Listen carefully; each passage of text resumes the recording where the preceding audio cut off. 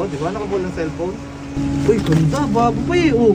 Hello mga kabasura! Tara, samahan nyo ako. Ililibot ko kayo sa basurahan na naging trabaho ko dito sa Korea. Bukod sa napakalaki na ng sinasahod mo, madami ka pang mapupulot sa mga gamit na napapakinabangan pa. Tara, samahan nyo ako magpulot ngayong araw mga kabasura. Araw nga ng Huwebes ngayon at ang dami na naman nagtatapon ng mga basura. Eto nga ang truck na dumating na ito, ang dami niyang gamit na itatapon. Meron siyang itatapon na refrigerator tapos napakaganda pa ng mga lamesa. Bali babae nga pala yung driver ng truck na yan. Ayan nga si tita, umpisa niya nang itapon yung mga gamit niyang daladala. Bali ang una ko nga palang dinakot yung dalawang phone na itatapon niya. Ayun, pati yung mga lamesa ay sumama na din mga kabasura. Madalas talaga silang nagtatapon dito ng mga gamit pa na maayos. Bali ang unang plano nga pala ni tita dyan ay hindi tatapon yung refrigerator. Maayos pa kasi yan. Ang kaso maya maya lang ay nagbago ang isip niya. Bali ang sinabi niya nga pala sa akin ay dakutin ko na lang daw at itatapon na lang daw niya.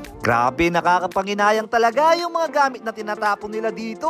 Biruin mo, maayos pa yung refrigerator tapos itatapon lang nila. Pagkatapos babayaran pa nila yan kasi per kilo yung basura dito sa Korea. Yung isang refrigerator nga pala namin dito sa bahay, pinamigay ko lang din. Ayan nga pala yung mga kumuha, mga kapwa nating mga Pilipino. Ang ganda pa daw nung naiuwi na nila sa bahay. Eto nga yung message niya. Ang ganda nga Tatay Ron ang sabi niya. Pero napakasulit pa kasi talaga niyan. Tinapon lang din kasi yan sa amin. At dito nga ay bigla akong pinagpwesto sa bandang likuran ni Amo. Dito na nga pala pumupunta yung mga basurang nadudurog na. Bali kinukuha pala namin dyan yung mga kahoy at saka yung mga bakal. Pati na din pala yung mga bato. Ang dapat kasi na matitira lang dyan yung mga tela, pati na din yung mga plastic, mga kabasura. Dito nga ay nakapulot pa ako ng napakaganda pang kawali. Bali heto nga pala yung kawali, napakasolid at napakaganda pa niya. Ang kawali, napakaganda pa ng kawali, oh. Heto nga pala yung makina na tagadurog sa mga basura. Ang ginagawa pala niya na hinahati sa maliliit na parte. At habang binibidyo ko nga pala yung mga nahuhulog, ayan, nakatsyempo tayo ng cellphone. Lahat kasi ng mga gadget ay dyan nahuhulog mga kabasura. Samsung nga pala yung tatak ng napulot ko. Mabuti na lang hindi natsyempohan. Kasi kapag natsyempohan yan, mababasag talaga yung screen yan mga kabasura. Bali ganyan nga pala yung trabaho na napasukan ko dito sa Korea. Maayos pa nga pala yung cellphone na napulot ko. Meron lamang siyang password pero madali lang yan ayusin. Ayan, palobat na palaw. Maya maya lang ay pinagpwesto na naman ako sa harapan ni Amo. At meron na naman nagtatapon ng mga basura nila. Kumot. Grabe, sayang, oh. At nung nadakot ko na nga, yan na nga yung mga kasama ko. Maghahalukay na sila at maghahanap sila ng mga gamit na mapapakinabangan pa. Ayan nga oh, may tinapon din silang mga mangkok. Ayan, kanya-kanyang halukay na nga pala yung mga kasama ko dyan. Ayun, bago pa yung nagpulong tropa, oh. Oh, flashlight. Ayos, oh, ganda, oh. Bago pa, oh. Dito nga pala sa trabaho namin ay basta masipag kang maghalukay, sigurado makakapulot ka. Dito nga pala ay nakapulot ng razor yung kasama ko. Para yata yan sa balbas at saka bagote.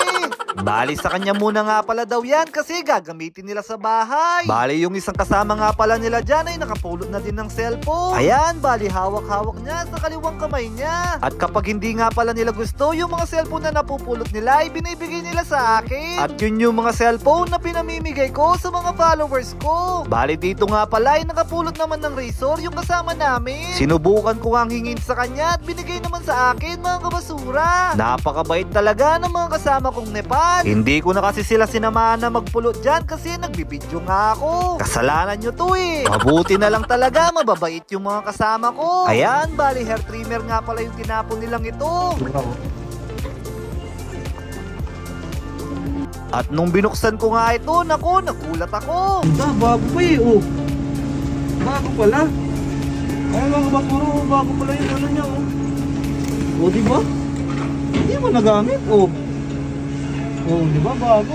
Bali, heto nga pala yung mga mangkok na tinapon nila. Grabe, napakaganda pa na. Alikabukan lang mga kabasura. Abangan nyo nga pala yung susunod na video ko. Eto na yung pinakamagandang napulot ko magmula nung nagtrabaho ko dito. Eto kasi yun mga kabasura. Pakiabangan nyo na lang po. O paano ba yan? Hanggang dito na lang muna. Hanggang sa muli natin pagkikita. Paalam mga kabasura.